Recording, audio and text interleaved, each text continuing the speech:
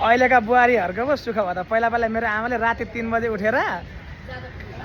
जाँतो पिन्ने अनि फेरि त्यो 1.5 घन्टा 1 घन्टा बाटो पर पँधेरोमा गएर पानी लिएर आउनुहुन्थ्यो अनि त्यहाँबाट उज्यालो हुन्थ्यो उज्यालो भएपछि घाँस काट्न जानुहुन्थ्यो सातु बोकेर अमिलो मोही बोकेर अनि 4-5 घन्टापछि घाँस लिएर आउनुहुन्थ्यो घाँस लिएर आउँदा पनि कहाँ भात पकाएर राख्यो भने त सासूले हुँदैन थियो आएर आफैले भात पकाउनु पर्थ्यो कम त दुःख थियो अहिले त आमालाई सुख छ आमा अनि मेरो मम्मी बोल्नु न 2 शब्द सबैजनालाई आशीर्वाद दिनु फेरि मेरो आमाले आशीर्वाद दिएको लाग्छ नि बसिनबी हुन् के अरे श्री बसिनबी के अरे ब्राह्मणको छोरी हुन् आशीर्वाद दिनु न सबैलाई राम्रो होस् फलोस् फुलोस्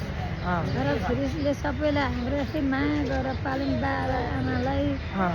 आशीर्वाद लिउन् बाबा आमाको नरुवाउन् आफूले राम्रो गरे उनीहरूले पनि राम्रो गर्छन् नभएदेखि बाबा आमालाई रुवायो भने भोलि उनीहरूको पनि छोराछोरीले रुवाउँछ नि उनीहरूको पनि पालो त्यही हो राम्रो गरौँ आशीर्वाद बाबा आमाको लिउँ बाबा आमा भनेको त जुन घाम हो सराल देश ल भिडियो धेरै लामो भइसक्यो ल देख्नुभयो